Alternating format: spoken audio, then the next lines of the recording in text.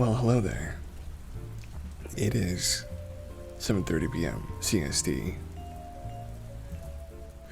on the 24th of July. It's 2021, and welcome back to Cast Talks.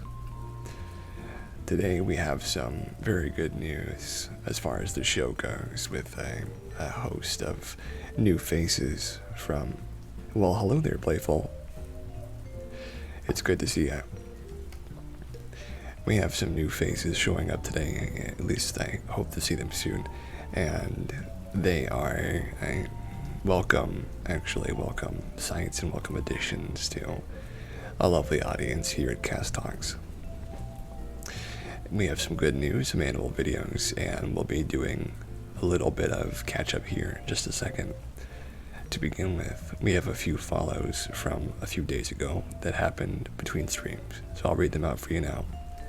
Thank you very much to Lasora for the follow, to Farce Cry, Rampant Gummy Bears, and Xmilia, or is it Xmia? Thank you folks so much for following. It changes everything for me. If we get enough follows, we can actually make this into an affiliate stream, which thank you, Adorar, very much for your follow. Speak of the devil. Well, so hopefully we can keep up the energy and keep things going. Another follow, I know it's been a good month for it, hasn't it?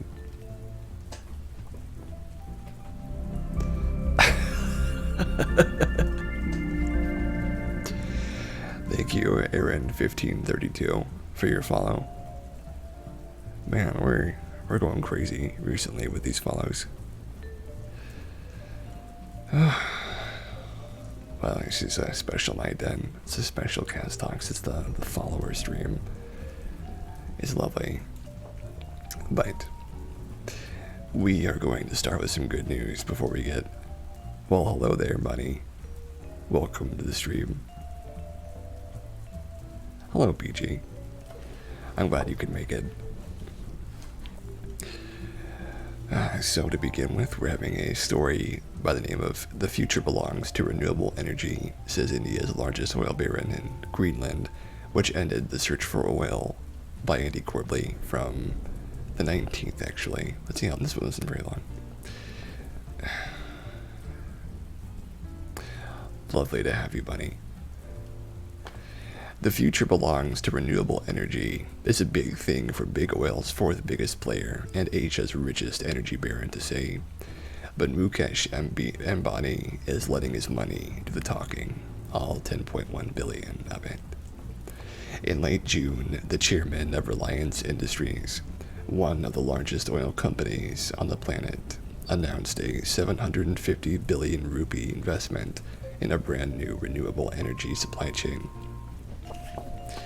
While oil majors like Reliance, Shell, or ExxonMobil are often the chief targets of climate activists' attentions, the resources these energy giants can bring towards stimulating renewable investment and production are sometimes greater even than national governments. Furthermore, their decades of experience in the energy industry lends them certain insights into energy supply and demand trends that few others possess. The age of fossil fuels, which powered economic growth globally for nearly 3 centuries, cannot continue much longer, Ambani stated.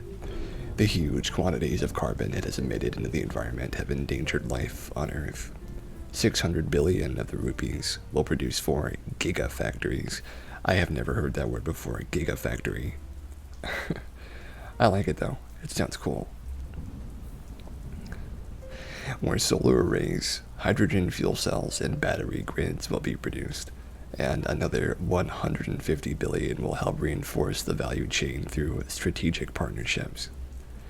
When large firms like Reliance get involved, especially in the production, manufacturing costs for renewable energy as a whole go down, not only because of investments in research and development, but also through market competition as providers undercut each other's prices to offer the best deal for consumers or government energy agencies. Before I finish this, usually I like to say this at the beginning, but I've kind of forgotten, so here it goes. Cast Talks is a weekly show where if you're interested in just hearing somebody talk to you for a little while, then you're in the right place. Not only that, but you can hear me talk about good news and animals and things happening in my life. And you can type into chat if you'd like to hang out with me and to say something, and I'll respond to it. So if you'd like to join us for the next 2 hours with those kinds of vibes going on, then we're glad to have you. As for Greenland, the forecast for a renewable future is one shared by Greenland, which has announced that all future oil and mineral exploration will cease, citing climate concerns and desires to invest in green energy. Tens of billions of oil and hundreds of trillion square feet of natural gas are predicted to lie underneath receding ice sheets. But keeping them in the ground is the new edict from the recently elected Inuit government of the Atakatijit. Oh man, the future does not lie in oil. The future belongs to renewable energy. In that respect, we have much more to gain. The Greenland government said in a statement before adding, it wants to take responsibility for combating the global climate crisis. Inhabited by 57,000 people, AP's sense is that the country is dreaming of independence as it receives 2/3 of its national wealth from Denmark as charity. In a sign of maturity from the fledgling state, Greenland has decided that a near future of possible independence is not worth a long-term future of worsening climate change. Well, good for them. I would like to see more independent countries. I do have I like the idea of places being able to say, we want to do things our way. It's our land. We want to govern it the way we want to. As long as there's no sort of Jenny. Hello, Jenny. I'm so glad you could make it. I hope that it's working well on your computer. It's not hurting your lap too much with all the heat. We're just getting into some good news now, but I was just talking about how I hope that one day there's more independent countries in the world. It would be really great if these places that want to self-govern have the ability and the wealth to do so. I think that's how most places should be. It is sort of a political thing in the European Union, of course, but it's certainly interesting to see how places would do things their own way. So, here is a really ridiculously good news story, and I'll put this one up on the window capture up there.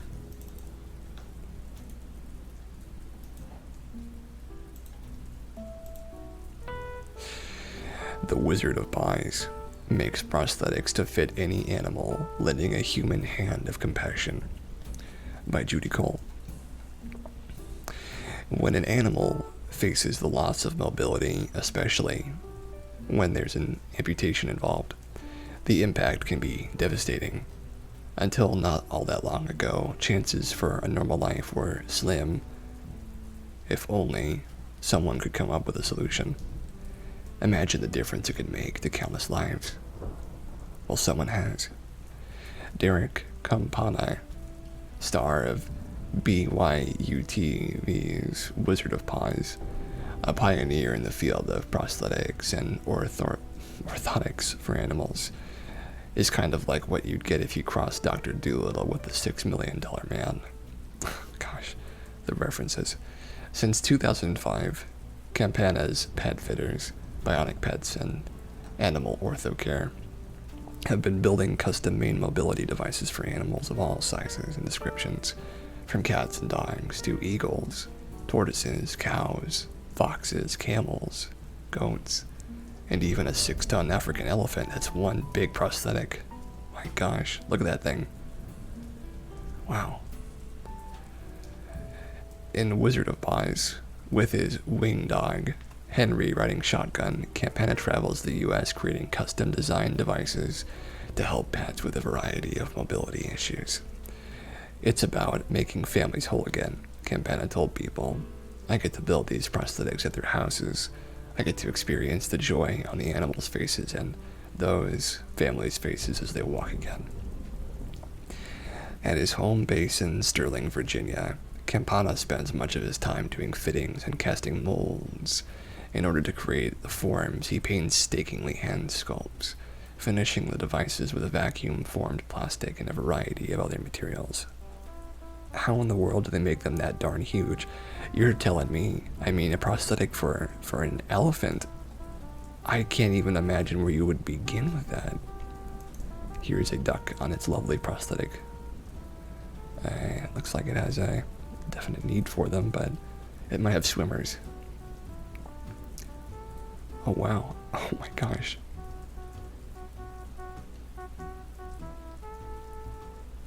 Wow. Animal Ortho Care is also currently shipping casting kits all over the world. Campana hopes to broaden his outreach with advances in cost-effective 3D printing technology.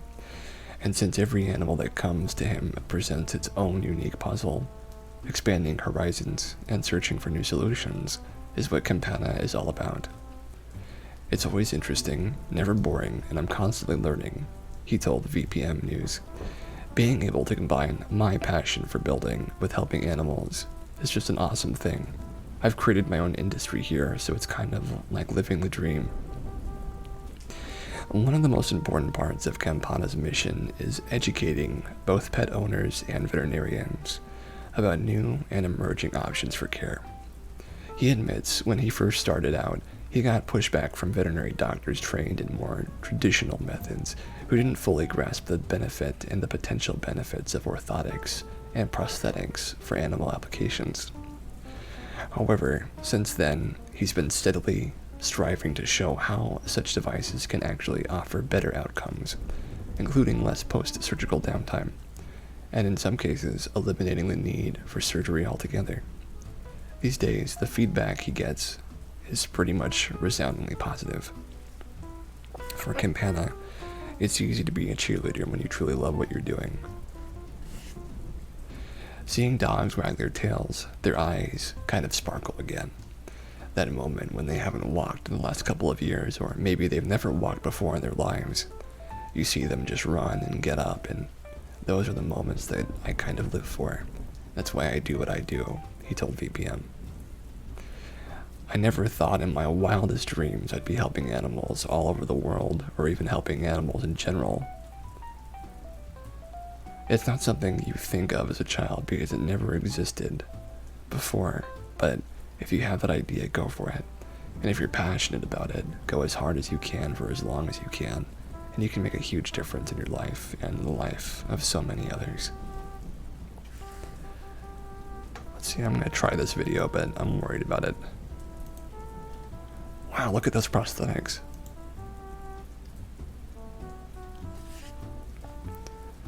Here comes the boy. I cannot even imagine an elephant needing to have its prosthetic fitted. Oh my gosh. He's just like, well, I mean, I make these gigantic casts and, you know, it just puts it on. I mean, I can scarcely even imagine. Yeah, that animal has swimmers for sure. Swimmers is sort of a common thing we talk about on this by virtue of animal prosthetics and stuff. Wow, look at that. Oh my gosh. He just goes around changing the world one animal paw at a time.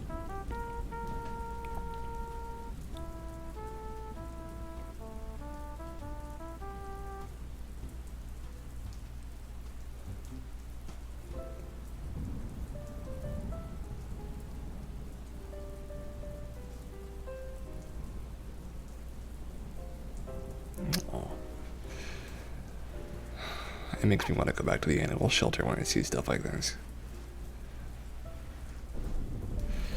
Certainly, though, this person's doing a lot of good. They're doing a lot of great stuff. And I mean, I've never even considered an elephant needing a prosthetic before, so this is completely new domain to me. But if he's got the gumption for it, then look at that. You cannot argue that that dog is happy. I was there this Tuesday. I would like to go every Tuesday if I can help it. Look at those legs. Those are crazy legs. Camels on like these crazy, like they're almost like stilts. I bet they're happy though.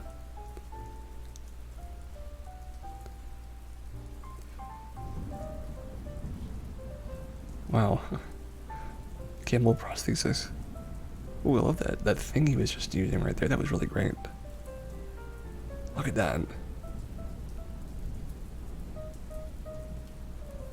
Wow. Wow. This is some crazy stuff here. We're going to move on to our next story, of course. We gotta keep on going, but I do like that a lot. That's great. Okay, here's a good one. This is a short one, but a good one. I'll turn this back on. A veterinarian successfully sews one stitch in a tiny tree frog, whose lung was exposed, loving all creatures great and small. In the Bitcoin community, there's a phrase that someone has diamond hands, which means they will never drag the price down through selling. Well, that's nothing compared to the hands of one Australian veterinarian who performed surgery on a tree frog the size of a fingertip. My gosh, man. Brought in by accident on some of the eucalyptus meant to feed the koalas at the RSPCA facility in Wakal, Brisbane. The tiny green tree frog wasn't doing so well when wild animal vet Megan Barrow got the hold of him. I know it's teeny tiny. He's not even, oh my gosh, he's not even an inch in any diameter. He's like barely 2 centimeters. Oh my gosh. A colleague brought him into the clinic to show me, and she was really worried. She said he seems to have a lump on the side of his body. She told ABC News Australia. I had a close look, and he actually had a little hole. It was only a couple of millimeters, but on a tiny frog that's only 2 centimeters long, that's quite a big hole inside of his chest. You've seen small animals before, but not that small. Yeah, I know what you're talking about. That. Oh, actually, I have good news along frog. It's frog news too. There was a frog in my garden. He was enjoying the garden vibes, and I was very happy about that. A frog in my garden, of all the things. I'm gonna keep my eyes open, see if he keeps coming back, but it's the second time I've seen him. He must be enjoying the atmosphere of the new seeds I planted.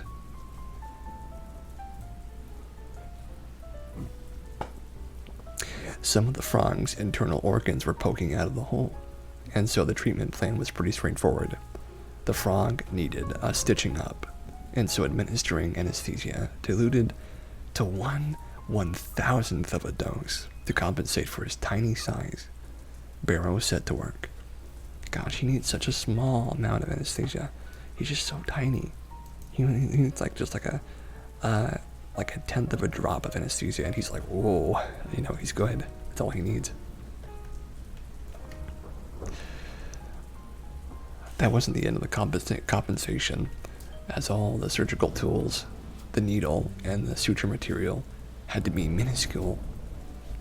Furthermore, the normal applications of pressure Barrow might apply when giving stitches to a larger animal couldn't work with the frog, given how thin amphibian skin is. Amphibians, like frogs, sometimes draw oxygen through their skin, and so it's very delicate. Steadying her diamond hands, Barrow successfully applied a single dissolvable suture and declared the operation a success. Indeed, the frog was happily hopping around again the very next day, and even had his bright green color back. Though that may have been a result of the painkillers diluted again to 1/1000th. That frog he's never experienced anything like that before, so that might have been something special for sure. You learn to treat so many different animals that you have to be adaptable and try the skills that you'd apply to a dog or a cat, to any species, Barrow commented, noting that she had done surgery on tiny frogs before and that she was happy to help the little guy out.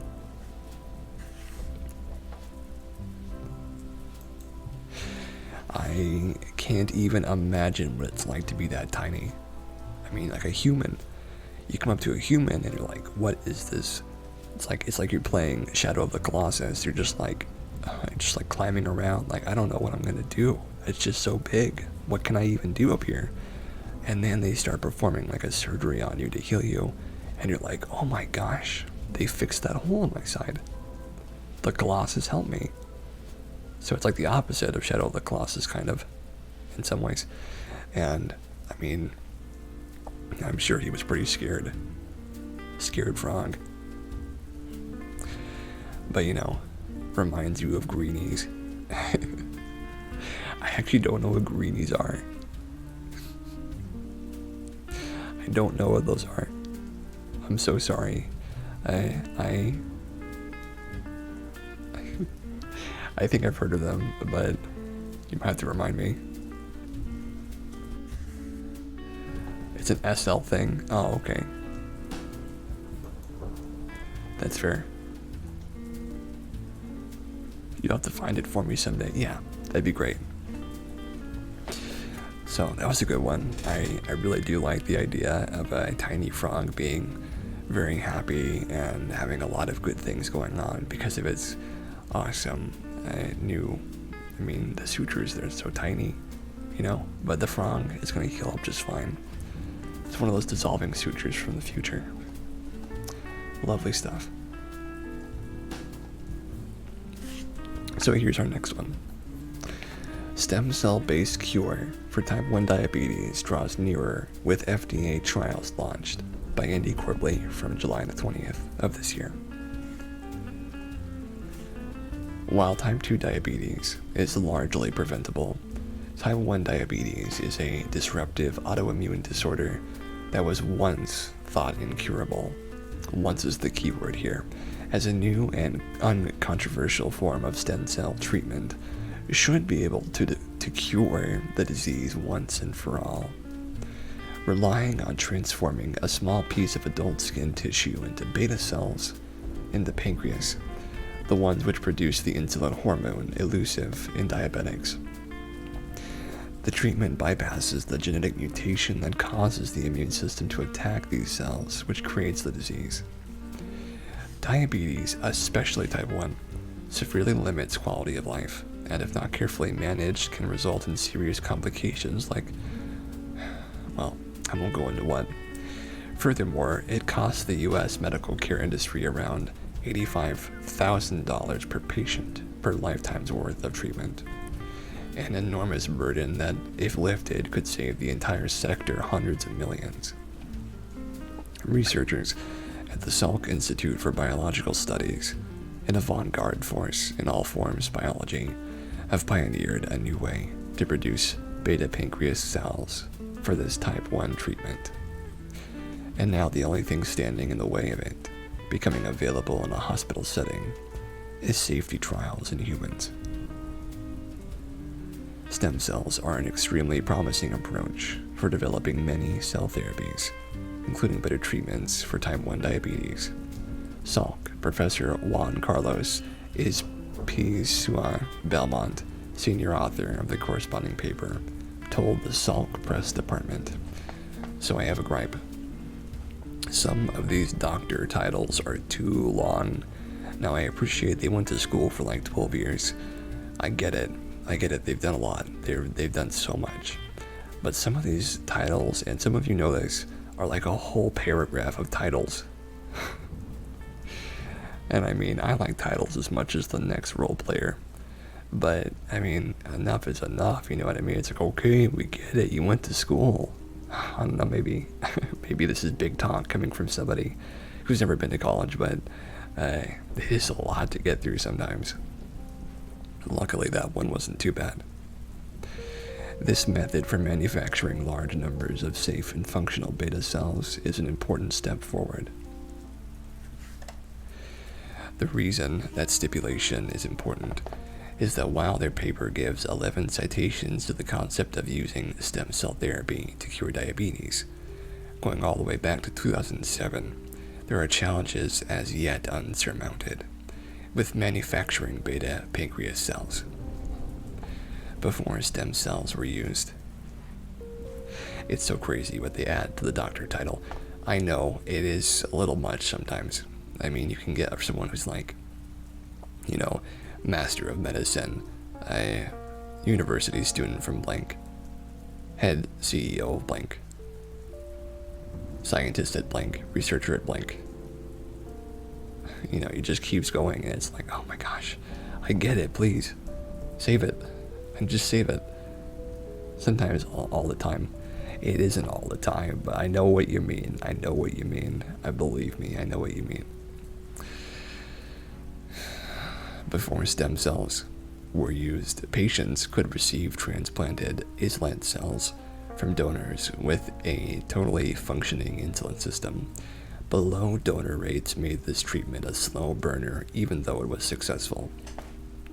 Basically meaning that it's a temporary and rare solution, and not one that can be used widespread, unfortunately.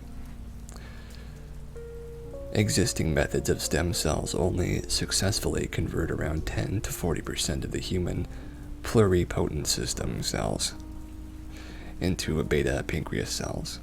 Additionally, beta pancreas cells from PSCs tend to be heterogeneous and contain unwanted cell types that can impede or disrupt the maturation and function of the desired beta pancreas cells.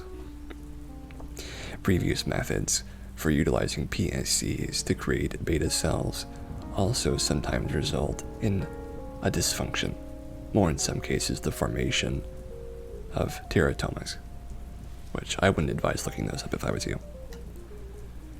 Not for the faint of heart.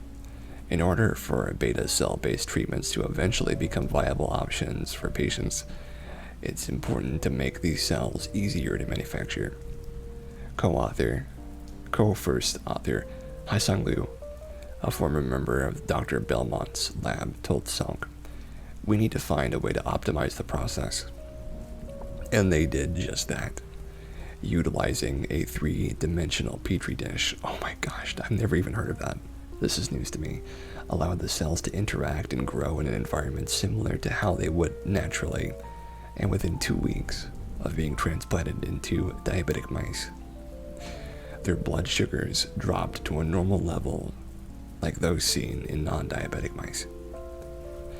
To test safely and to show off efficacy of the manufactured beta cells, the team transplanted them at different stages and observed the effects. At the highest stages of growth, the cells did not result in cyst formation even 20 weeks after implantation, and exhibited proper functionality in vivo and in vitro. The method of 3-dimensional stem cell production will continue to be refined at Salk, with only a few hurdles remaining. That includes human trials and FDA approval. At least one pharmaceutical company has already embarked this year on the trials to test a stem cell therapy for type 1 diabetes. So it seems the medical condition's days are numbered. Certainly good news if you ask me. Certainly good news. So this is this one's a little strange, but it is good. It is good. I will have a story to admit about this, and it's not the most positive reflection of me, but absolutely good news. It is true. I have known a few people in my life that have had diabetes, And it's been very difficult for them because they are so in need of having like this thing at hand and close and to be used as soon as you need it, and to have a dependency and a lack of independence, it can really make people feel discouraged, and it's very expensive too, unfortunately. Okay, so here's a good one. 3 women found out the same guy was cheating on all of them. They dumped him and took an epic road trip together. Oh my gosh. I don't know who has the time to date 3 separate people at once, but some people have crazy habits. 3 unsuspecting women, 1 cheating boyfriend, and an epic road trip of a lifetime. Can this plucky trio of former flames bond over the man who done 'em wrong to find love, laughter, adventure, and friendships that will last a lifetime? That was your trailer voice for this particular one. It's pretty good, actually. Cue the uplifting soundtrack, because this sounds like a Hollywood movie, right? But this tale of 3 women who went from hoodwinked girlfriends to unlikely BFFs is true.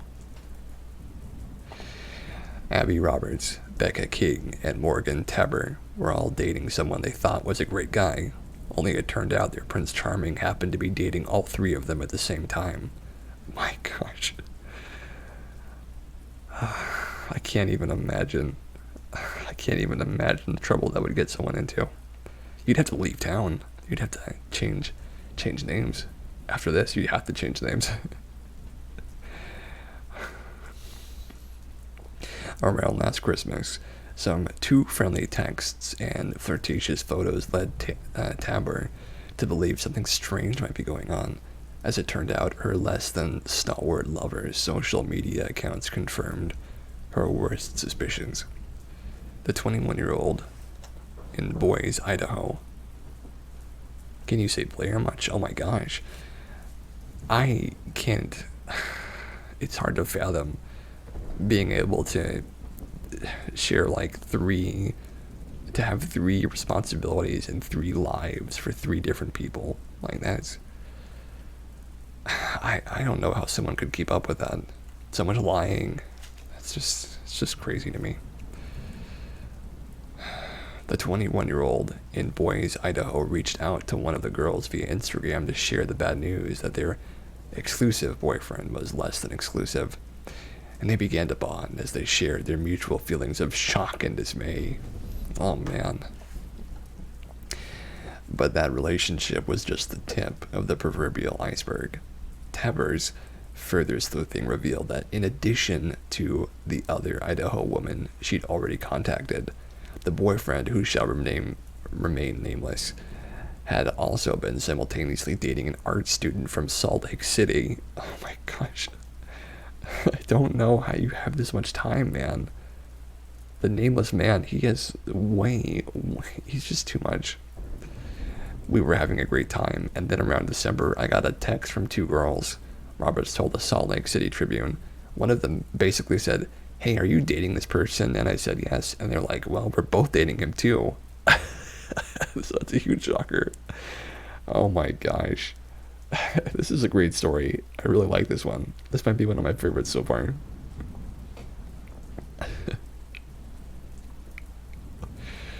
In a moment straight out of the movies, the guy was busted when he showed up on Tabor's doorstep, a courtly bouquet of flowers in hand, during a revelatory FaceTime chat between Tabor and Roberts. Yeah, I know, I don't think you can get any more busted than that. While he tried to talk his way around his dodgy dating agenda. How do you talk yourself out of that? Do you say like, "Oh, I didn't know that you were the same person"? I don't know how you could even come close to talking your way out of this. There's no way. You get wrecked. That's the only thing you can do.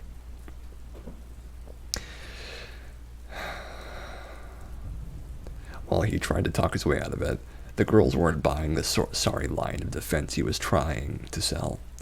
Following a hunch there might be more members in their strange and growing sisterhood, Tabor and Roberts followed the evidence, eventually tracking down and telling the truth to another half-dozen women he was also seeing. Oh my gosh, he was seeing 9 women at once? I thought 3 was bad, but 9? I don't know. That's not right. That's too much. Oh no. We've got bots, everybody. We gotta swap those bots. Okay. And swatted.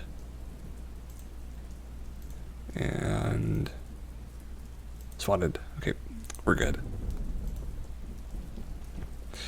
Yeah, I'm not sure how anybody could manage to date more than like 3 people. I mean, 3, I could be like, if they all know and it's copacetic, then maybe that would work. But 9 people? Oh my gosh.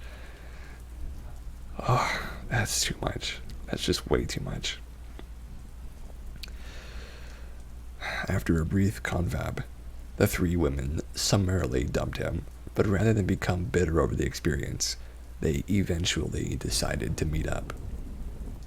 I mean, if you're caught dating 3 people at once, then you should just fess up. I mean, you can only make it worse for yourself if you don't.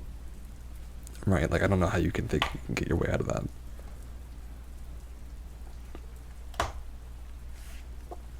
You admit there are families out there that are like this, but the wives usually know. Exactly, the wives, if you have a sister wife, and like you got 9 sister wives all together, you know, then you know your other sister wives, whatever you might feel about them, jealousy or whatever you feel, at least you know about them. But this guy, he was like going behind the backs of 9 different people. That's a lot of backs to be behind. Honestly, that's too many backs. Outrageous amount of backs. We did a lot of trauma processing and memory sharing. It was obvious that we were all really cool, fun people who had a lot in common, Roberts told the Washington Post. Right away, we became good friends. During their initial get-together, the 3 compared relationship stories about their departed beau. They also learned they had a lot in common, as he was attracted to women with similar interests. And he told all of them about his romantic dream of traveling the country in an old VW bus. While they laughed over his predictability, they had a light bulb moment. Why not take that dream and turn it into a reality? I think we're talking road trip, boys. Oh, yes, they are. Here is them, right here. Look at those 3. Those 3 bad. Those 3 queens getting their road trip on. With the help of friends and family, they obtained an old school bus and parked it in Boise, where they fitted up and modern-day tiny housed it on wheels straight out of the pages of a glossy magazine. This summer, they hit the road. The trio's travel itinerary includes Washington State, Yellowstone, Glacier, and Grand Teton national parks, and a drive south along the west coast. The women all take turns at the wheel, and to finance the journey, they work remotely several hours per week. They had a transformational experience. I mean, I guess anyone could say that. My gosh, here's another one of them. The fine crew. That's lovely. None of these 3 women could have foreseen how sweet the eventual outcome of their journey would be. Rather than getting mad and getting even, they've chosen instead to take the high road. At face value, a lot of people think we're just doing this to spite our ex. But no, Roberts told SLT, this is very authentically us following our dreams and taking opportunities. We all feel really blessed that we found each other, Roberts told the Washington Post. And we're friends for life. That's a really great situation to make friends, because I don't know how much more you can, like, be sympathetic towards somebody than being like, yeah, we, and this is clearly not the only way you could be sympathetic.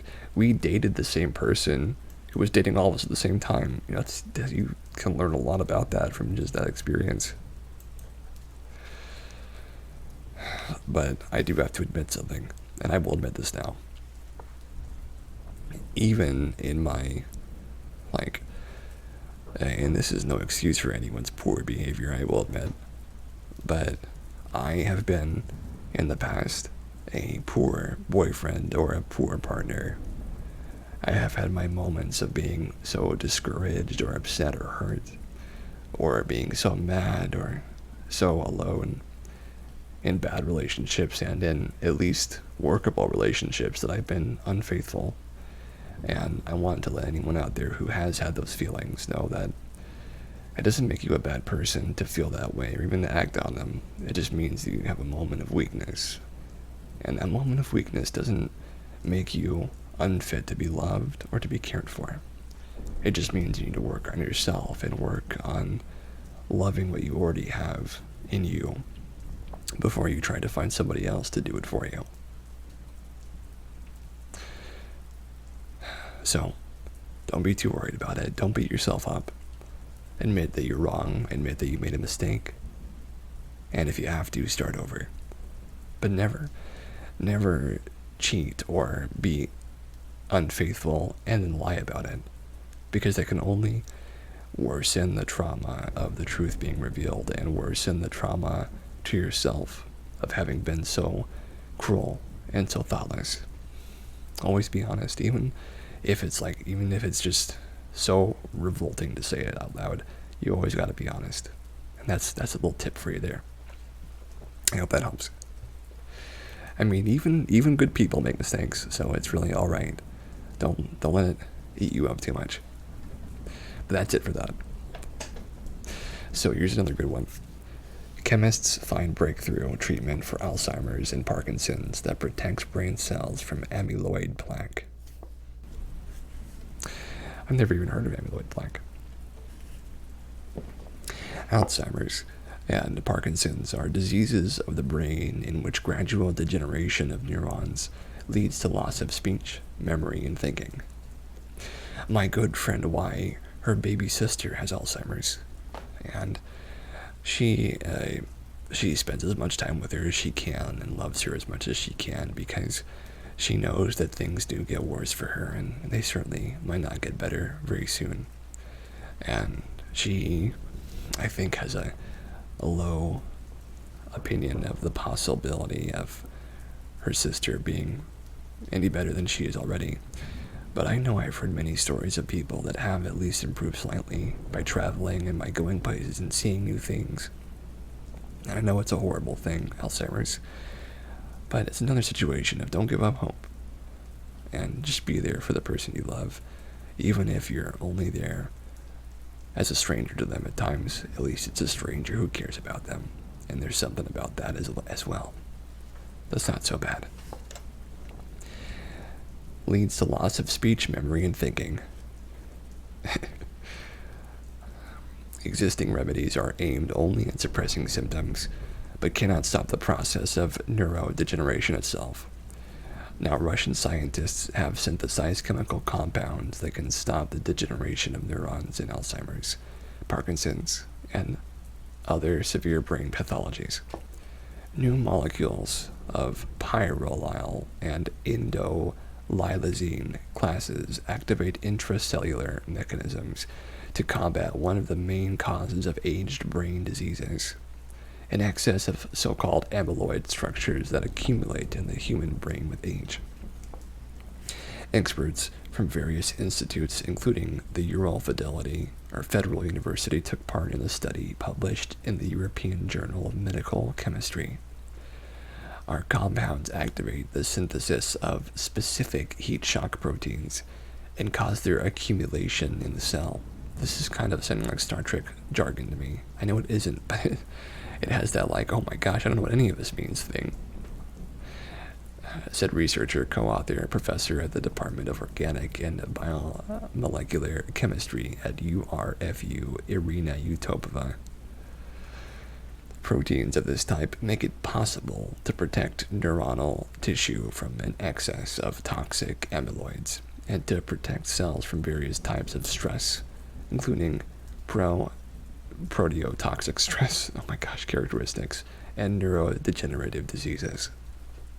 Important advantages of compounds from the series of pyrrolol and indolylazine classes are profitable synthesis technologies and of low toxicity.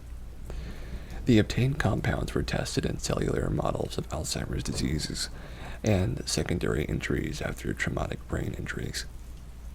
In both cases, the new substances demonstrated a significant therapeutic effect, increasing the survival of neuronal cells.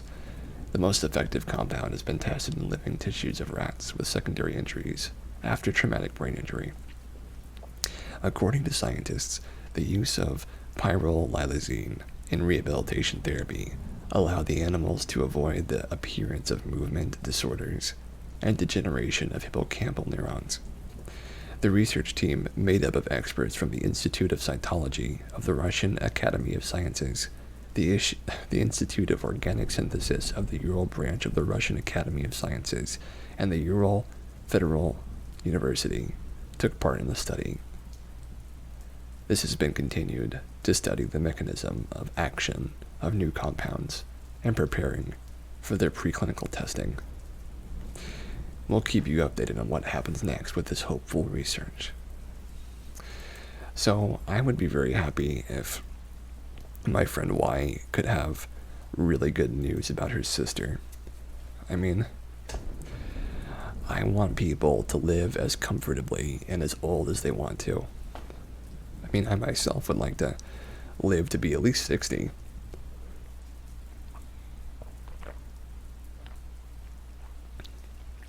A comfortable 60.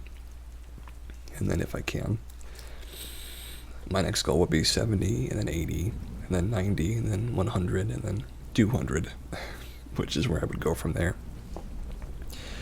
I mean, I don't expect to live forever. I don't think I'm going to be blessed with that. But what I do think is that me and my brother will live extended lives in above average comfort. I think it's the best you can hope for, is to live a longer and happier life.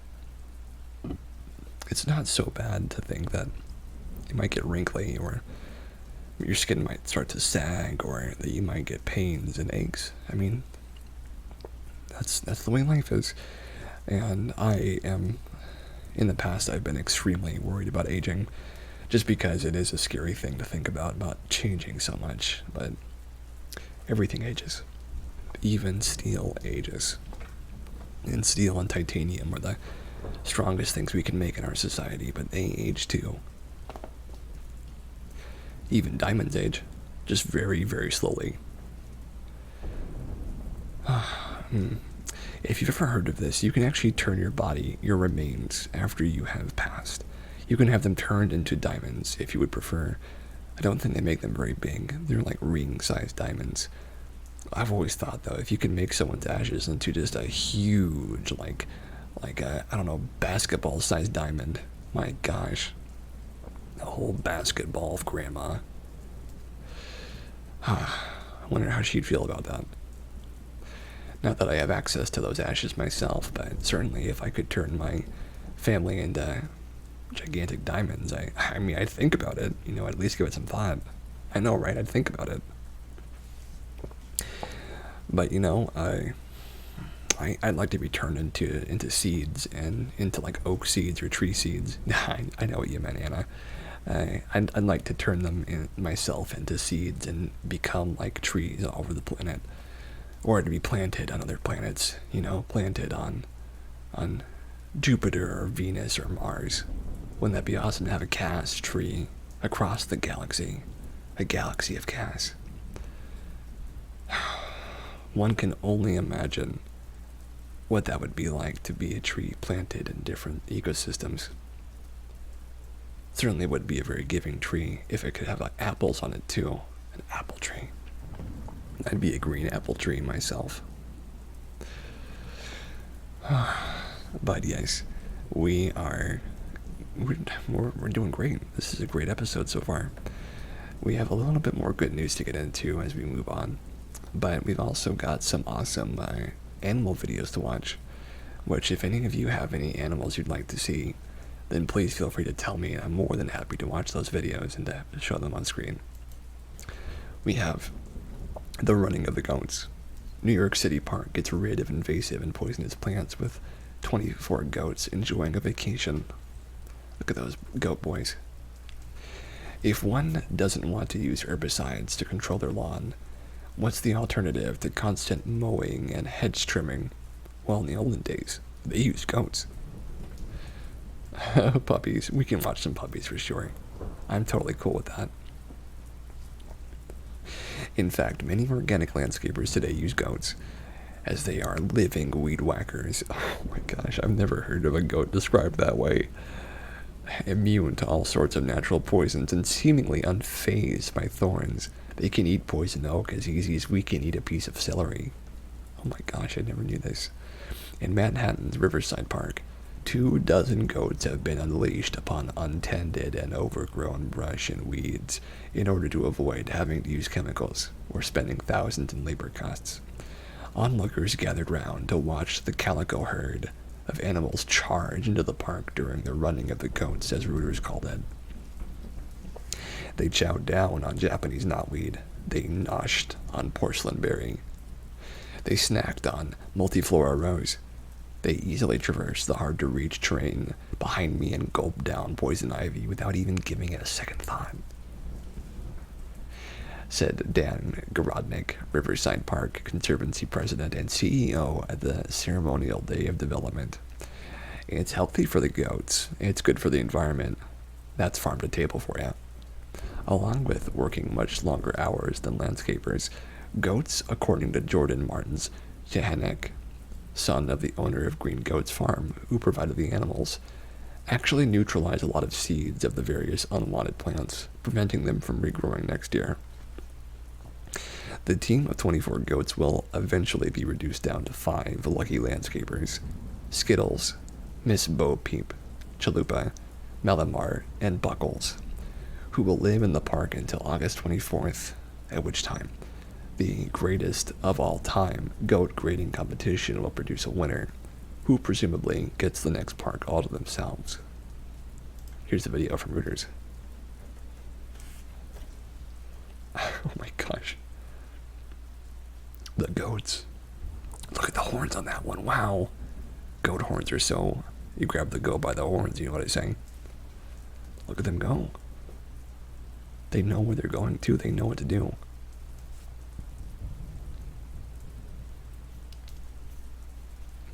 This guy's like, I love goats. Goats are great. You know what?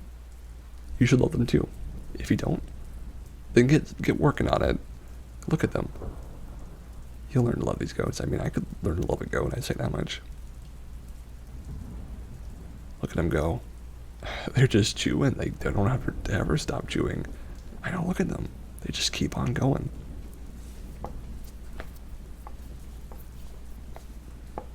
This is like very thrilling to watch goats eating bad plants. I mean, they just love it. They can just eat everything. They were born for this.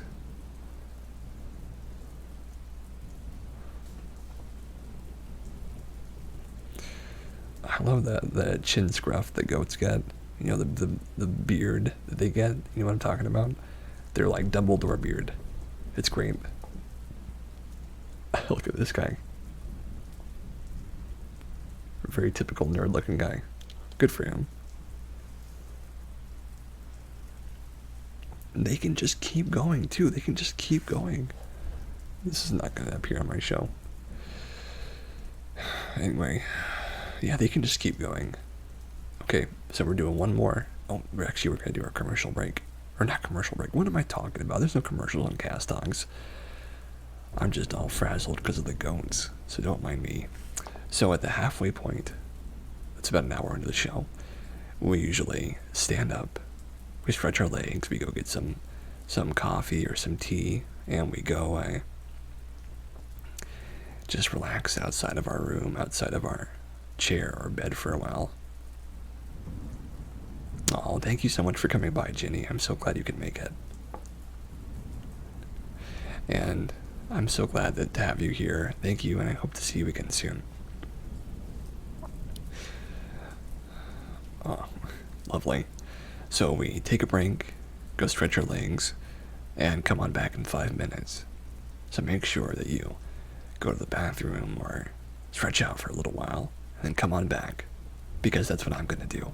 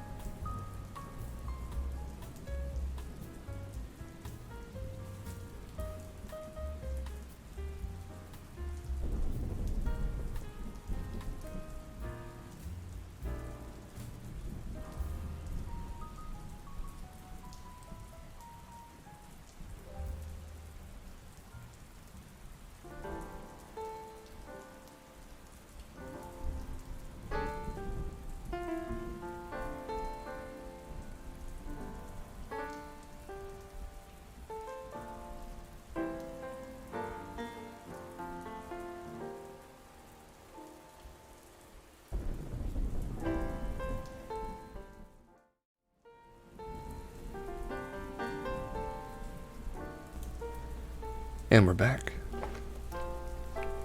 I hope you enjoyed your break, all those who decided to get up and walk around. So, it's time to get into one of my favorite segments, which is animal videos. Cute animal videos, to be specific with you. So, our animal that we have chosen so far, chosen by Starry School, which, Starry, Peachy, excuse me. Thank you so much for your suggestion. We're gonna look at some cute puppies here in a second.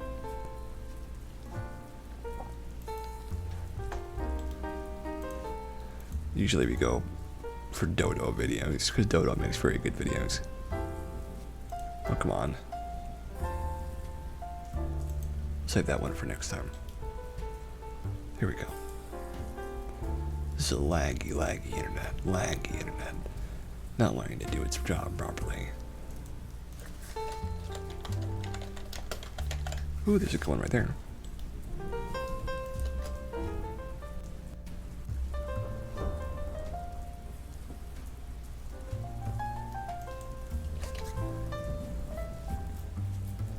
We'll start with this one, assuming it loads properly, which is not loading.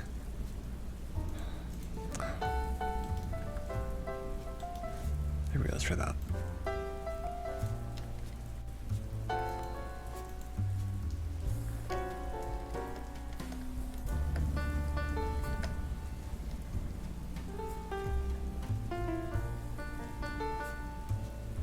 So, this is called 10-ounce puppy terrifies 75-pound boxer.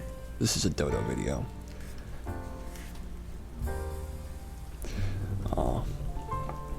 I have not held a puppy in my hands in a long time, so I don't remember how tiny they are. But this is certainly a tiny boy. They're so small. Yeah, I know what you mean.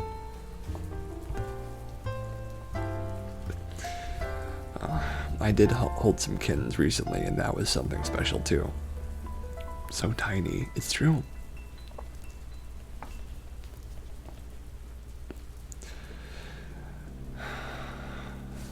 She had a fighting spirit, though. A fighting spirit. That's what you look for in animals. You know they've got some... But freaking cute. It's true. She's ready to pounce.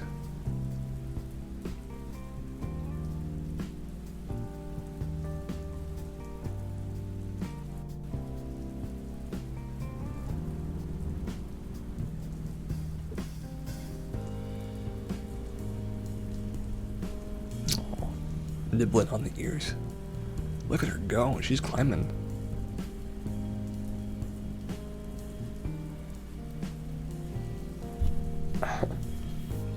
Playing with the paws.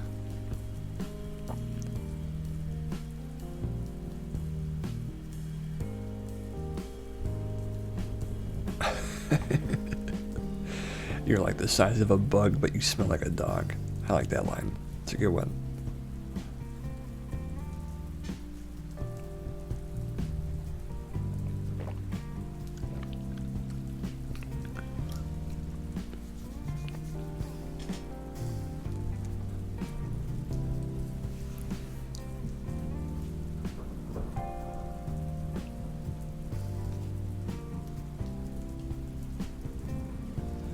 I do love it when animals work together.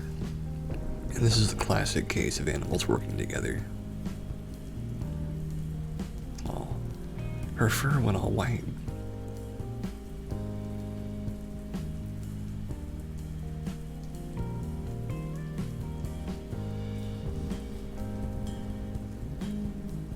Oh, look at her go.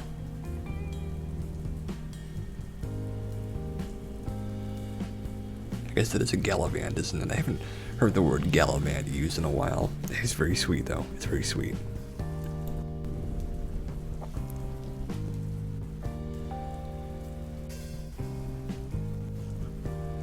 It's a bit laggy, sorry about that.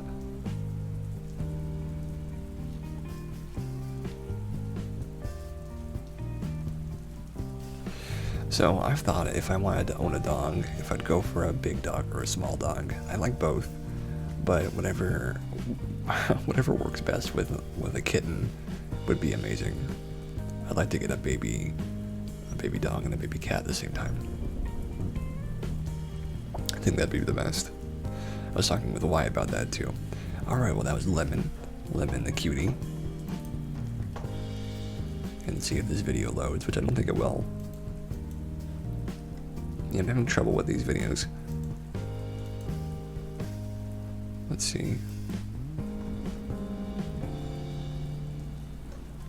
Dodo puppy.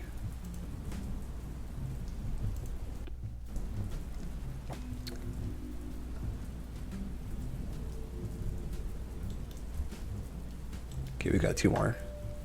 Tiny's puppy abandoned. Found in a box on the curb.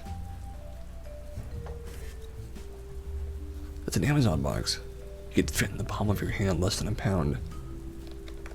That animal needs some help.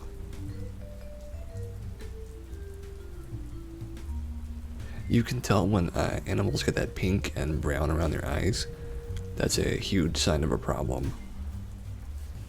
It's very common in animals that are underfed and malnourished. Luckily, I haven't seen any animals like that in real life. Otherwise, I would ask someone to help them. Oh, look at him. Already doing better after getting some food.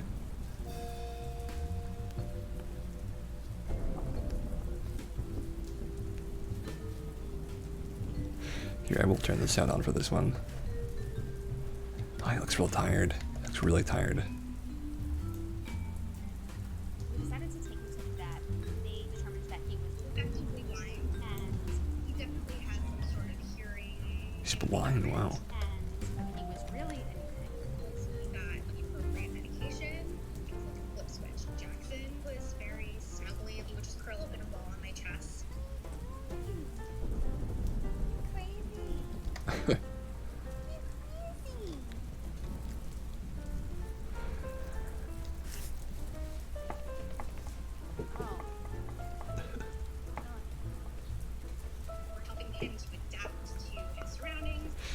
I know, I do love the success stories that come out of these.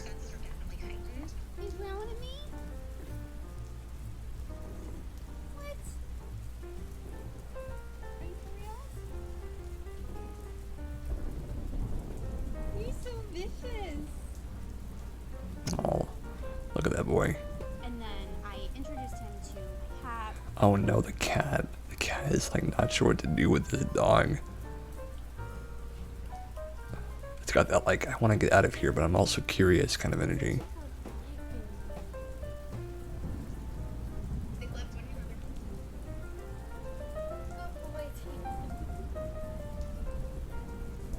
Oh.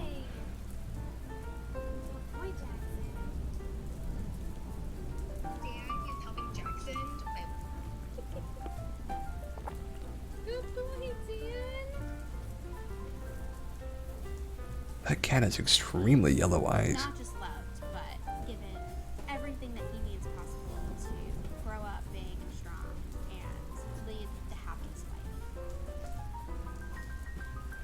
Doing that sleep boxing.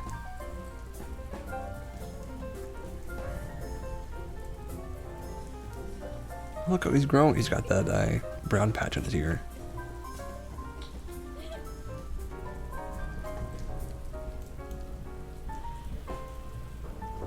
Awesome. This is another good one.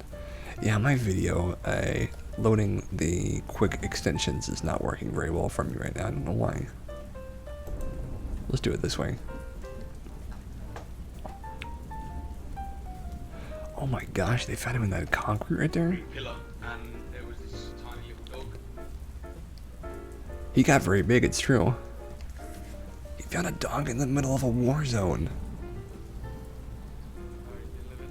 Our job out there was to disarm IEDs and homemade bombs. It took me 4 days to actually earn her trust enough to let me touch her.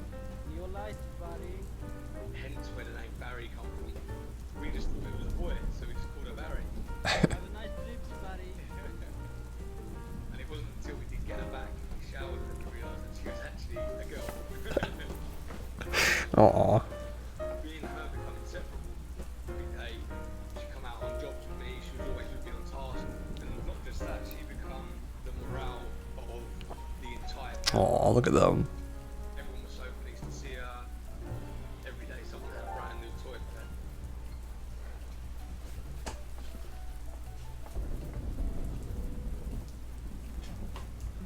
I come home on leave, and the situation in Syria had really deteriorated in the 2 weeks I was at home, so I wasn't actually allowed to fly back. I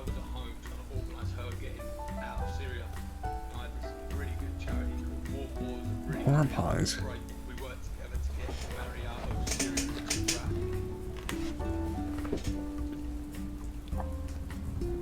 She had to do 3 months of quarantine to make sure she had no diseases or anything. So for her, it's quite a lonely 3 months. Oh, 3 months.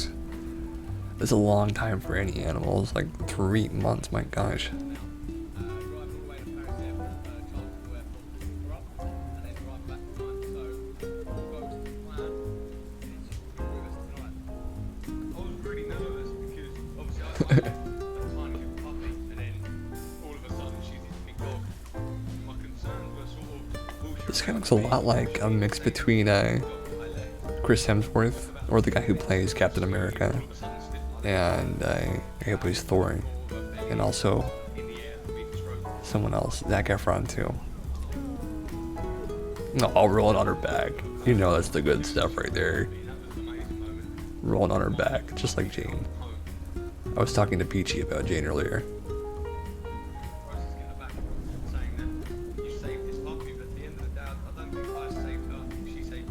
Aww.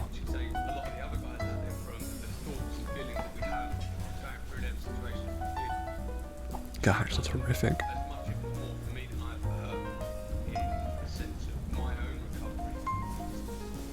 I may have got her back here, but she kind of made me better. Well, thank you very much, Mark. So, those are the lovely Dodo videos, and I do think Dodo is great. Dodo has a bunch of really great content. I recommend going over to their channel and seeing their like endless supply of animal videos. It seems they have so many of them. They have like a ridiculous, like it's like 500 hours of animal videos or something. Like it would almost seem like it would never stop.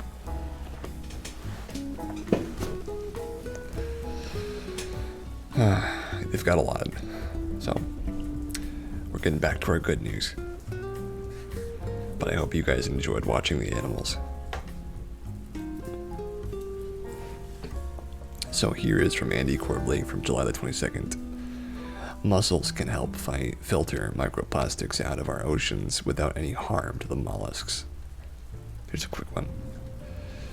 Instead of shelling out for a water filtration plant, mussels' constant filter feeding is being tested as a potential wide-scale application for microplastic cleanup in our oceans.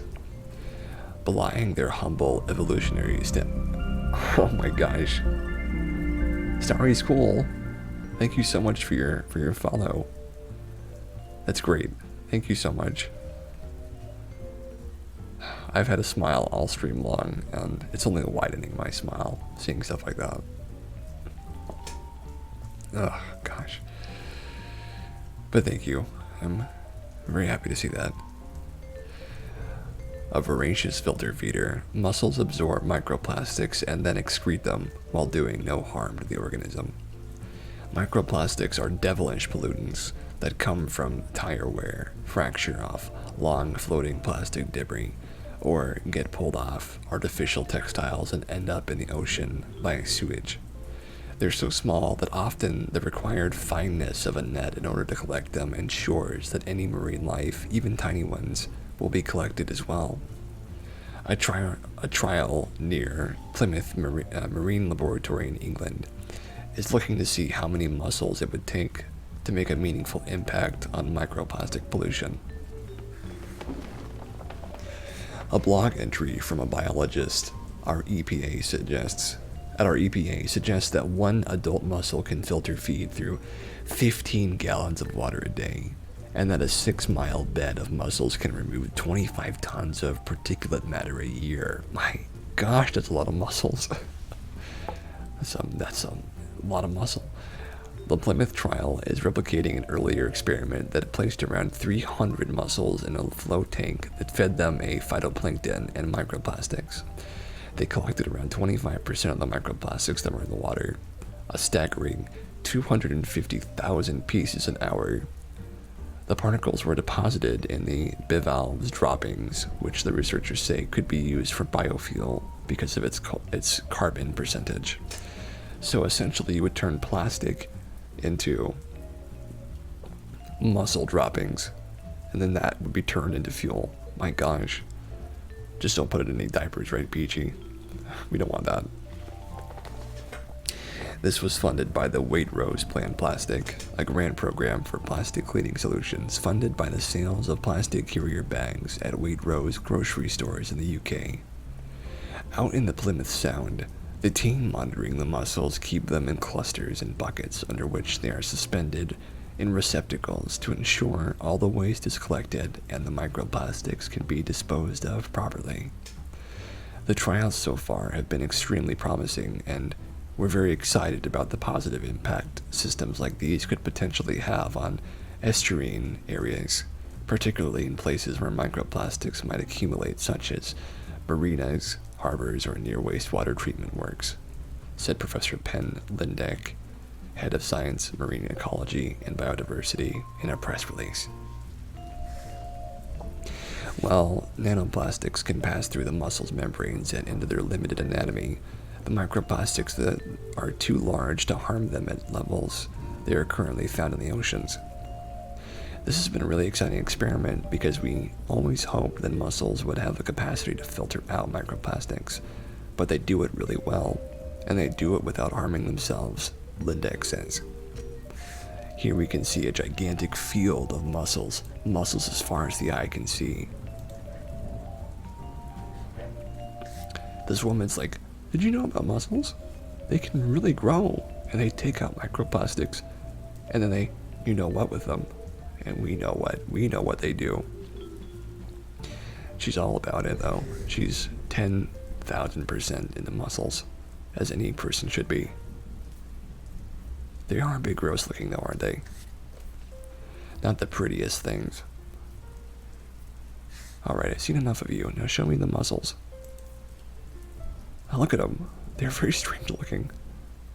Look a bit like a jaw, like a pair of teeth.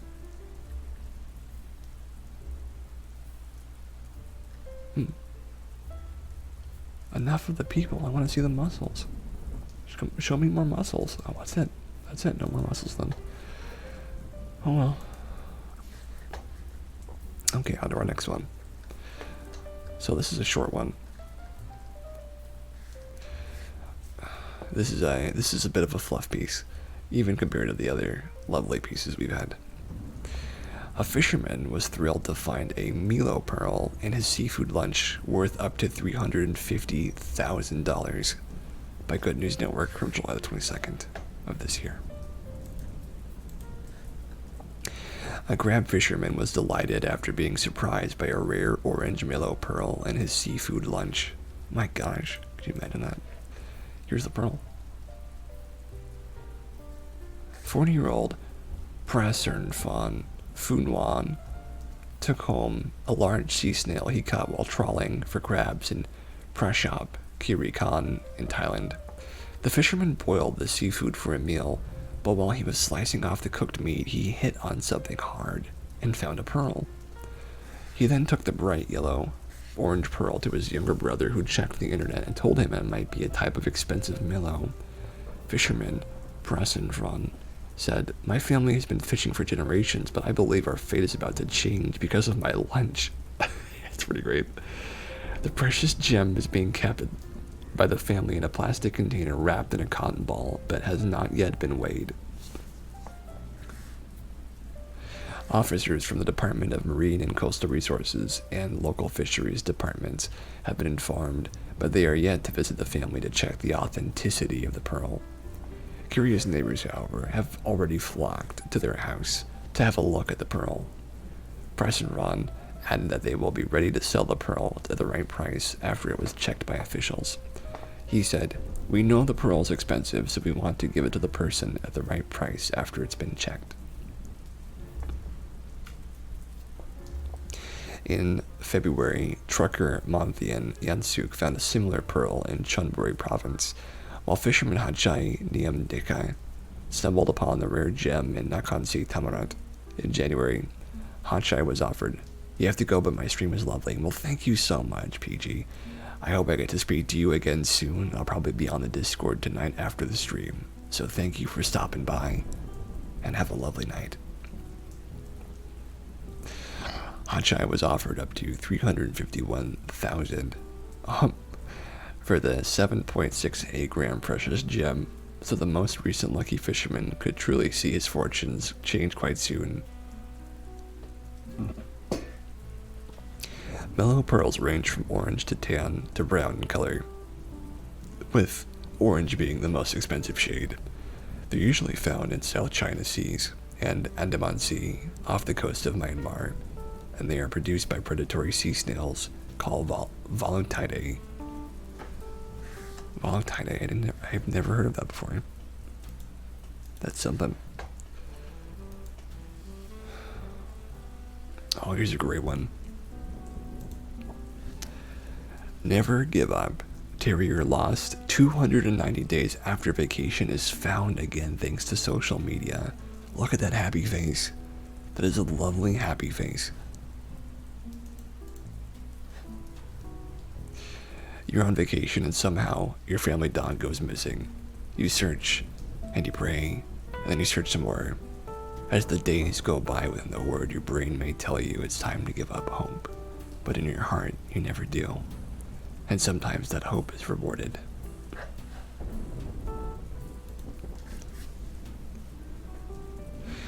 The Batista family of New York City was on vacation in Ocean City, Maryland, when their 2-year-old Boston Terrier, Fisher, went AWOL on the 4th of July, 2020. The Batistas immediately blanketed the area with missing posters, barraged social media, and even got Fisher FaceTime on the local floating billboard. With no leads, the family decided to remain in the area for an extended stay.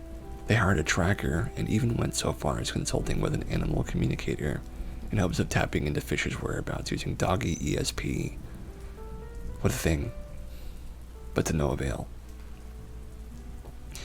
The family also set up a Find Fisher Facebook page, which quickly gathered 8,000 followers, and launched an online fundraiser to raise awareness and aid them in their efforts to bring their beloved fur baby home. We've alerted Ocean City Police, Fire, Beach Patrol, Postal Service, Scoops, lifeguards, you name it, Matthew Batista wrote to Fisher's GoFundMe page. Signs have been posted from the inlet to 77th Street. We've extended our canvassing to the nearby Delaware beaches of Fenwick, Bethany, Dewey, and Rehoboth. We've extended our stay in Ocean City and arranged to bring in professional dog trackers in addition to making continuous searching trips in car, on foot, and on bike. Although they eventually were forced to return home to New York minus Fisher, the Batistas refused to give up. But even with the massive media blitz, it seemed Fisher had pulled a full-on Houdini. Undaunted, the Batistas kept the wheels of the internet grapevine turning, refusing to let the details of Fisher's disappearance be forgotten. As a result, Fisher became something of a media darling in absentia, and that's surely part of the reason the Batistas' perseverance paid off. On April the 20th of 2021, 290 days after Fisher made his unauthorized Independence Day exit, Baltimore City resident Wayne Horn was performing maintenance on his motorcycle when he noticed a stray dog in the road. I called him over because cars speed up and down my road, Horn told Delaware Online. He came over to me, so we gave him water. He laid down and was content. He didn't want to leave. When a friend on Horns posted pics of the found pooch to Facebook, the responses of, "That's Fisher," came back faster than a boomerang. Although the findings were later confirmed by a microchip scan, Lisa Batista recognized Fisher immediately. From the moment I saw the photos, I knew it was him on the markings. From the markings on and his little tongue sticking out, she posted to Facebook. The reunion was quickly arranged. The Batistas had some local friends pick him up from the Horns, and then Eliza made the 5-hour trip to retrieve Fisher and bring him home. Apart from minor signs of possible frostbite, Fisher was in excellent shape. Who knows what he'd gotten up to in those days though, right? The Batistas are so thankful to have Fisher back. They're now doing their part to pay it forward, once again by using the powers of social media for good. The Facebook page formerly known as Find Fisher has been transformed into Find Fisher's Friends and is now dedicated to helping other pet parents locate their lost four-legged loved ones.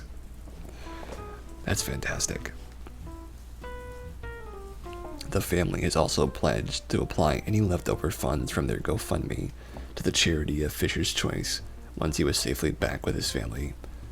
While we're still awaiting woof on what that might be, the takeaways from this story seem clear. Social media and microchips are powerful tools in reuniting lost pets with their families. Using both is the best chance of a happy outcome. And while no reunion is guaranteed, if you're thinking of giving up hope, don't. Because more than anything, as Fisher's 10-month walkabout proves, hope has no expiration date. That was lovely. I'm glad it had such a happy ending. We've got a few more good news stories left before we end our stream. Oh man, we have had so much stuff happening today. So I want to thank you guys already so much for showing all the support you've shown tonight, and I'm really happy with how today's stream has turned out. We've had a lot of very supportive following and some very supportive chatting, and it's just a great thing.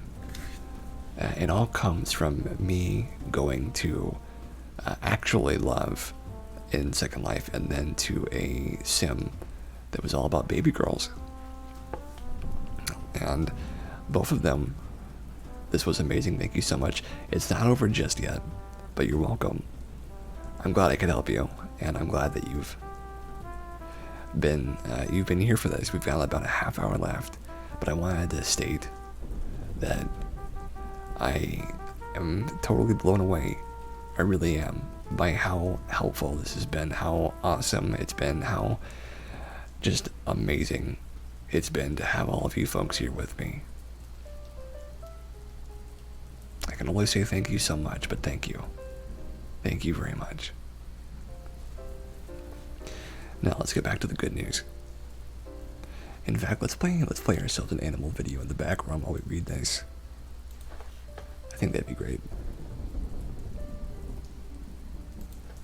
This woman's soulmate is a bunny.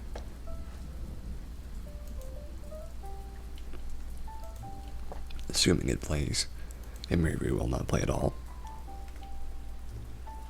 You know, I've had a bunny in my life named Leon. He was more of a dog than a bunny, but he was an Angora rabbit.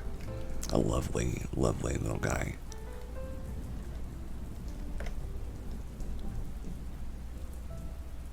Oh, look at him go.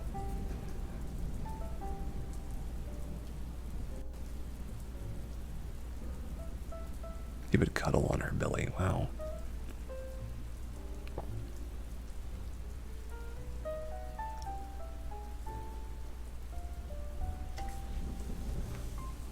Good boy.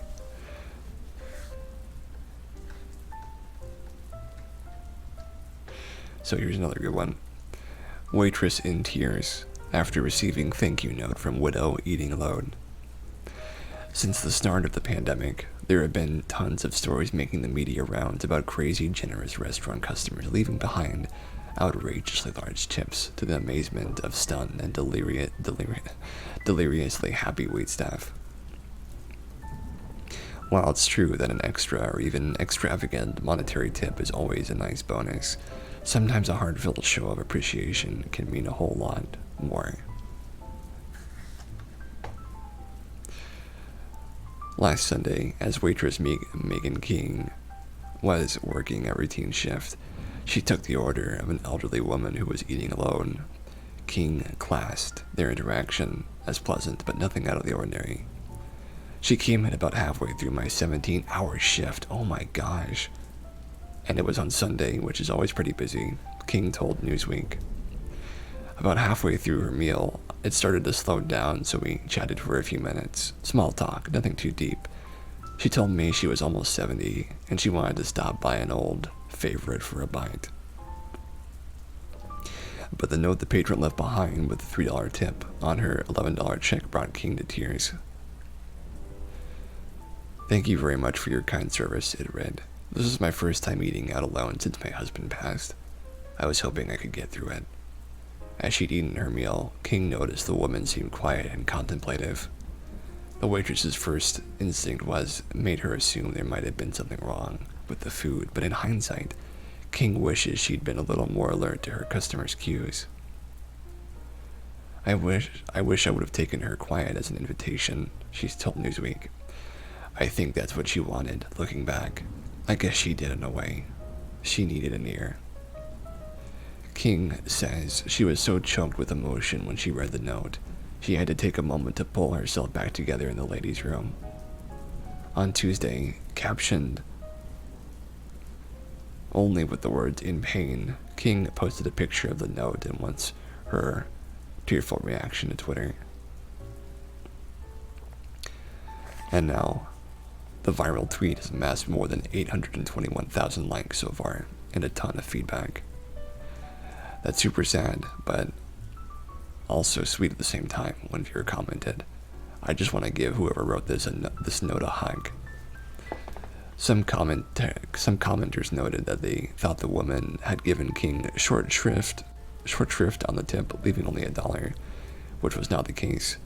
King was quick to dispel the error and the stereotype that the elderly are bad tippers in general. A lot of our customers are older and living on fixed incomes, so they tip what they can, King told Newsweek. They are always welcome no matter how much or how little they tip. As a rule, tipping at the end of a meal is recognition for good service, but it's all too easy to lose the importance of human interaction in the passing transaction. King, who has a special place in her heart for the restaurant's older patrons, hasn't lost sight of what matters. The word gratuity comes from the Latin gratuitus, meaning gift or gratis, pleasing and thankful. And not surprisingly, it's also the same root word for which we get a measure of grace. Not money in the bank, perhaps, but priceless nonetheless. Oh, that's lovely. That's very lovely.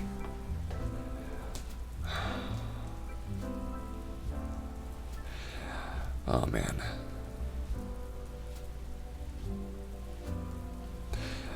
Alright, so we have just a few more good news stories left. Let's see, how many more of these can we do? That was a little too long. Let's see how long this one is. This one's okay. And the last one is... oh, not that long at all. Oh, but it's a little much. It's a little too much. So I guess it leaves us with one more. Well, but first, it's time for some story time.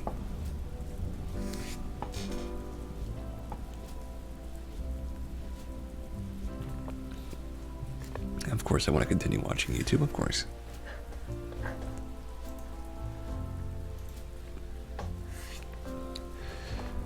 So, I was in the animal shelter just this Tuesday, excuse me.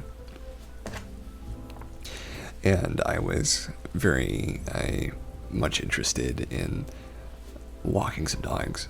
I decided I had already done plenty of lovely service by helping clean the cats up, but instead of doing just that, instead of socializing cats, I decided that I would talk to some animals and dogs while I walked them for a little while.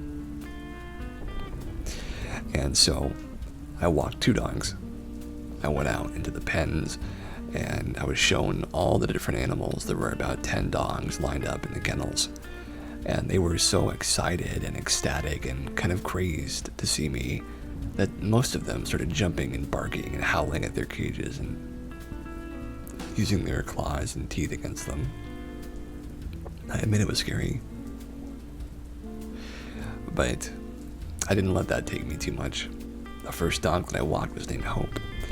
She was medium-sized, but she had a very sad look in her eyes, like she had been wounded or something was missing from her life. So what I did was I walked her.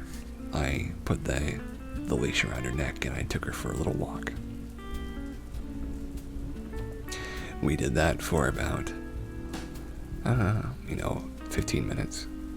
I walked her, I talked to her, I talked about my girlfriend, at one point named Hope, who I loved, and who I never got to tell her my love for. And Hope was there. She was very quiet, very peaceful, but still very sad. And so I took Hope with me back to the cage, and she went inside, resounded to do as necessary.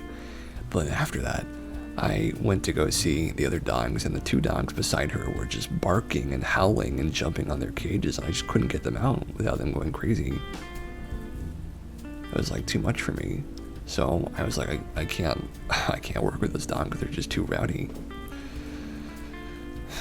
So I moved on. I found a different dog.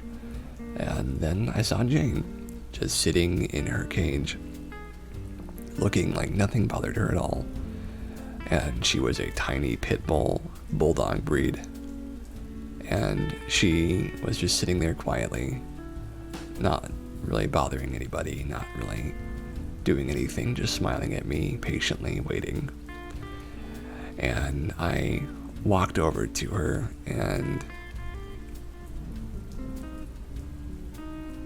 when I went near the cage door, the bars, she walked over and smiled at me and watched me, and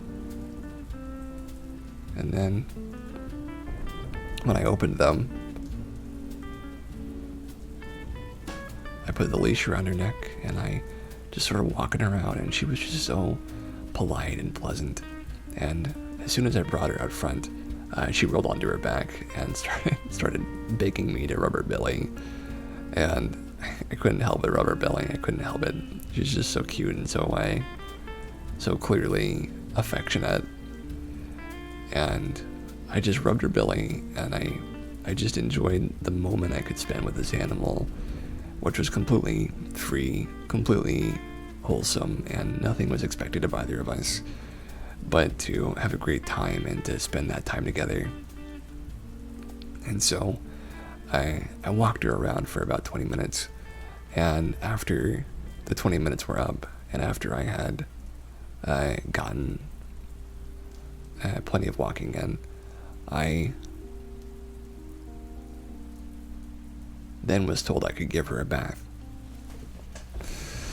So I took her into one of the kennels with the person in charge, and she showed me how to wash her down, give her a downy dish soap rub, and then some oatmeal soap apparently. And I didn't blast her full with the hose that they had there. I gave her little squirts of the hose just to make sure her fur was wet. And slowly I cleaned her up. I had to wash all of her, which I wanted her to have some privacy. But yeah, I know there's some kittens on screen, aren't there? Oh, I know, cute little kittens.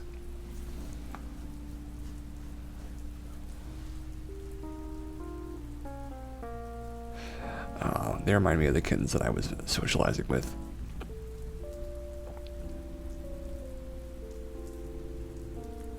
Oh my gosh, there's so many of them.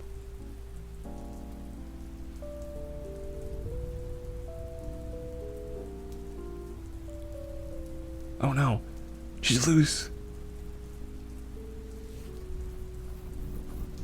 That's a loose kitten. No one knows what she'll do. Oh no, watch out. She's hissing.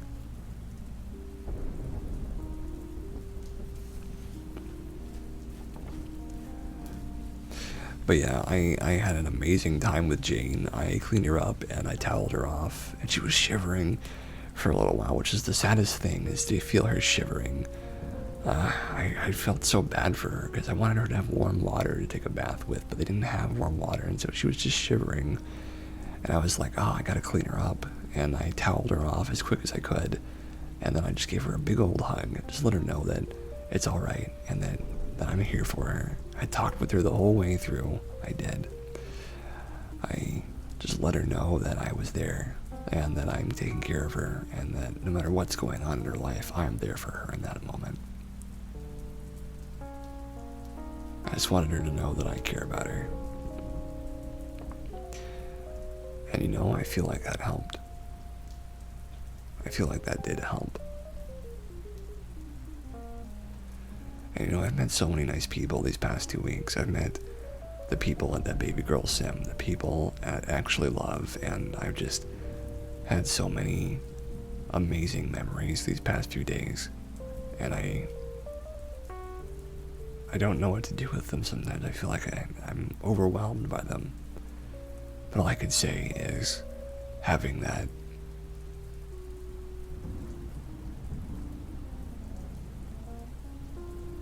sort of sweetness in my life is a good thing.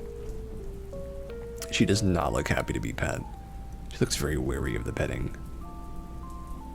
She's not comfy.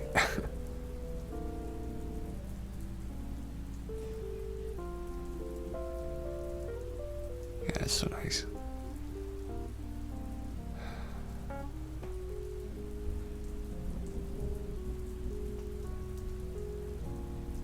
Oh, look at her. She's warming up to it. She's warming up to the petting.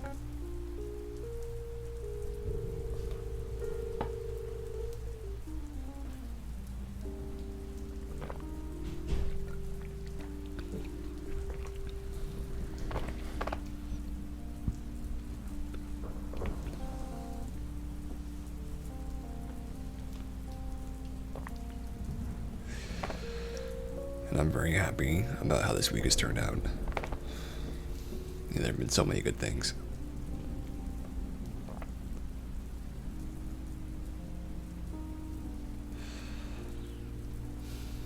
I hope that Destrida and Jeremy and Lily are doing well, though. I think they had their thing to do, their get-together.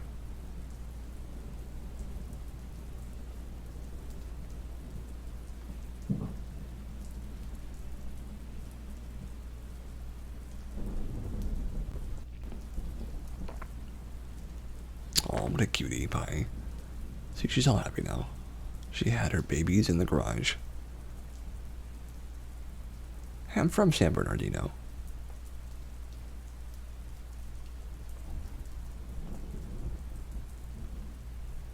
Oh.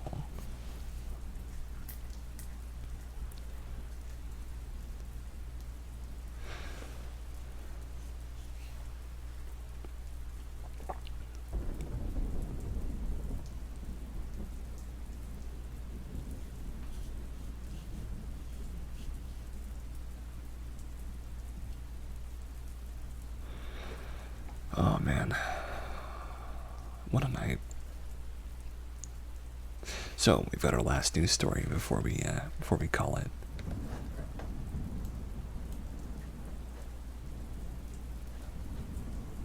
And we're just looking at some. Oh, look at that tired cat eyes.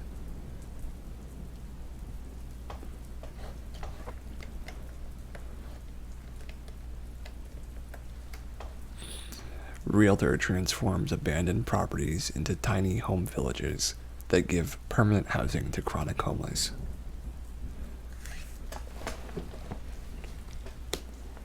A realtor in Missouri is determined to make her hometown a city where no one sleeps outside. For 9 years, Linda Brown and her husband David organized a nightly drop-in shelter where homeless people in Springfield could eat, shower, do laundry, use a computer, and socialize during bingo games and karaoke. But they wanted to do more. So they transformed an abandoned mobile home property into a village of tiny homes that provides permanent housing to the chronically disabled homeless. They raised $4.75 million and opened Eden Village in 2018, erecting 31 tiny homes that are now occupied by people like Jonathan Fisher. He was battling substance abuse and had lived on the streets for 2 years when he met Linda Brown, who changed his life.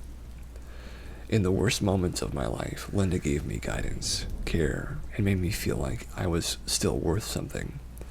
Fisher says. He says that Brown took the time to learn about how he became homeless, and then encouraged him as he rebuilt his life. She even offered him a job. Now sober, Fisher works full-time for Brown, doing construction and maintenance on the 31 homes, and helping others experiencing similar struggles to what he went through. The driving philosophy behind Eden Village is the same that fuels the housing first movement. The root causes of a person's homelessness cannot be thoroughly addressed until his or her immediate housing needs are met. I watched as my homeless friends walked off into the darkness to hide, or to a hidden, wet, cold camp, while we went home to a warm bed, Linda told the National Association of Realtors, who honored her with their Good Neighbor Award in 2020. I had to do something.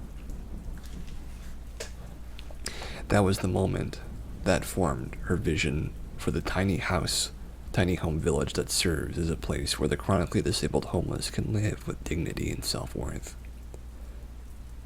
After drawing sponsorship, money from Coldwell Banker, the Greater Springfield Board of Realtors, local banks, churches, and area residents by February 2019, all 31 tiny homes, which cost about $42,000 each, were occupied.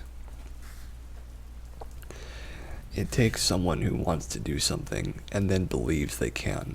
I've watched Linda Brown live that out, says Nate Schluter, who helped launch a tiny home village for the homeless in Austin, Texas, but now is the chief visionary officer for Eden Village. It's exciting to watch the homeless who thought they'd live the rest of their life on the street now have a home. Brown's 13 years of real estate expertise has been essential to the development of the tiny home community. She learned of a listing for an abandoned 4.2-acre mobile park on Springfield's east side. The property wouldn't need to be rezoned for tiny home trailers, rezoned, and the infrastructure and utilities were already in place. We're almost done with this one. The tiny homes are rolled in on wheels, attached to their steel frames, qualifying them as recreational vehicles. The 400-square-foot individual homes are fully furnished, including dishes and bedding. Residents pay $300 per month, which includes utilities. Most receive government disability checks of $725 per month to cover expenses. They can remain in their home as long as they wish, provided they remain a good neighbor in the community. The village includes a 4,000-square-foot community center where residents can hold cookouts, do laundry, and access a medical office staffed with a student nurse volunteer and medical health professionals. Eden Village was even the site of a marriage ceremony for 2 residents. Oh, that's awesome. The residents are hooking up. Plans for additional villages are already underway on donated land. Eden Village 2 will house 24 residents in tiny homes and is close to opening. Then work will begin on Eden Village 3, which could house up to 80 residents in duplexes over the next 6 years. Brown, who is a realtor for Armex Real Estate, plans to have 5 villages across Springfield, housing an estimated 200 homeless people. Fisher says Brown's devotion helped him emerge from the grip of homelessness. She helped me to build a better life, Fisher says. Even when I was struggling with homelessness and sobriety, she showed me I was valuable and that my potential shouldn't be wasted. She made me feel like I belonged somewhere. Other cities are seeking to duplicate Eden Village. One project is underway in Wilmington, North Carolina, and 34 other communities are making plans. You can visit the Eden Village website to donate to the 501c3 nonprofit or volunteer with them. I'll send that link to you guys right here, in case you're interested.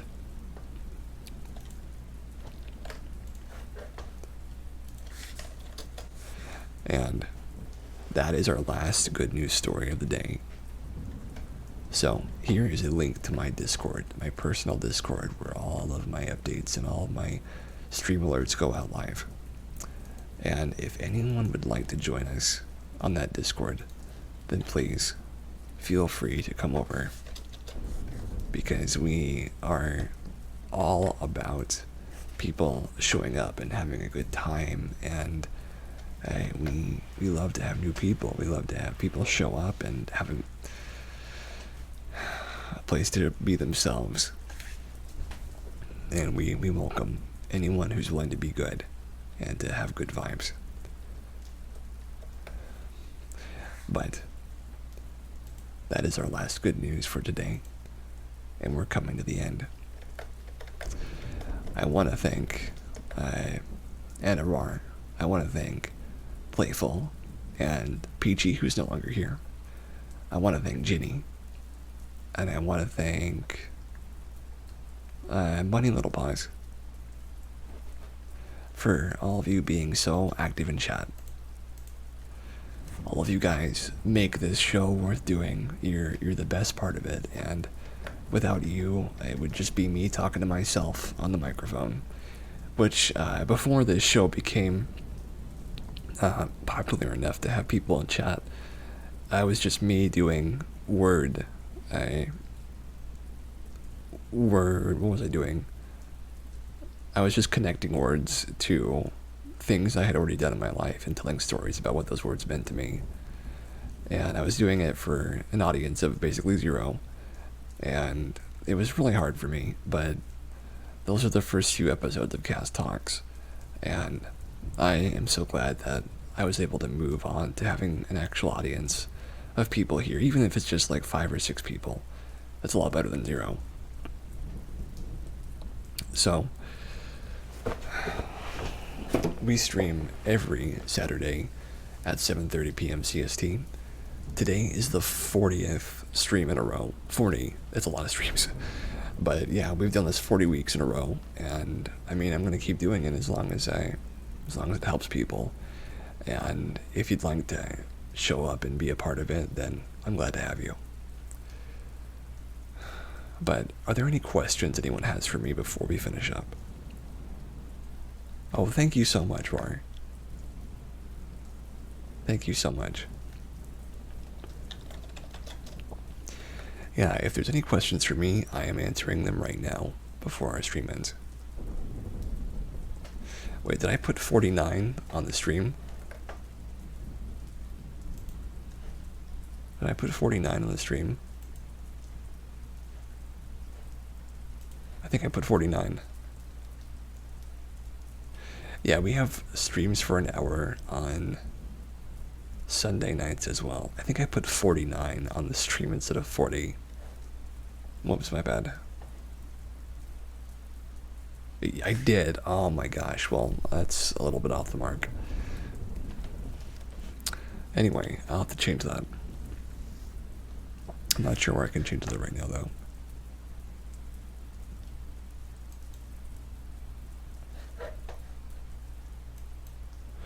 Anyway, this is not episode 49. This is episode 40. I don't know why I made that small mistake. 0 and 9 are pretty close together.